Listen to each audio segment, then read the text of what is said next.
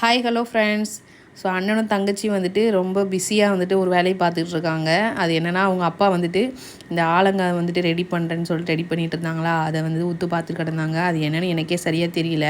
பேர் கேட்டால் ஆலங்கான்னு சொல்லிட்டு சொன்னாங்க. இது வந்துட்டு இந்த நைட்டில் வந்துட்டு தீ பற்ற வச்சுட்டு அப்படியே பொறி பொரியாக வரும் பார்த்திங்களா, அந்த இது தான் இந்த பனைமரத்தில் இருக்கிறத வந்துட்டு இதை வந்துட்டு நல்லா கறியாக்கி, ஸோ வந்துட்டு இதை அப்படியே துணியில் நல்லா கட்டி அதுக்கப்புறம் வந்துட்டு அதில் தீ பற்ற வச்சோம்னா நம்ம ஃபாஸ்ட்டாக சுற்றும் போது அப்படியே தீ மாதிரி வரும். ஸோ பார்க்குறதுக்கு அழகாக இருக்கும். நான் பார்த்துருக்கேன், பட் ரெடி பண்ணதை நான் பார்த்ததில்ல. ஸோ அதை தான் பண்ணிக்கிட்டு இருந்தாங்க. அதை தான் அண்ணன் தங்கச்சி உட்காந்து பார்த்துக்கிட்டு இருந்தாங்க.